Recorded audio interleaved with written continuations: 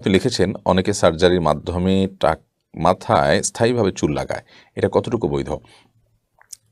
সার্জারির মাধ্যমে যদি টাক মাথায় স্থায়ীভাবে চুল লাগান এবং আপনার টাক ঢাকার চেষ্টা করেন তাহলে সেটা জায়েজ নয়, কারণ এটা তাবদিল খালকিল্লাহ, কোরআনে যেটিকে আল্লাহ তাআলা নিষেধ করেছেন সেটির অন্তর্ভুক্ত। আল্লাহর সৃষ্টিতে পরিবর্তন করা এবং নিজের অবস্থা লুকোনোর যে চেষ্টা সেটির শামিল।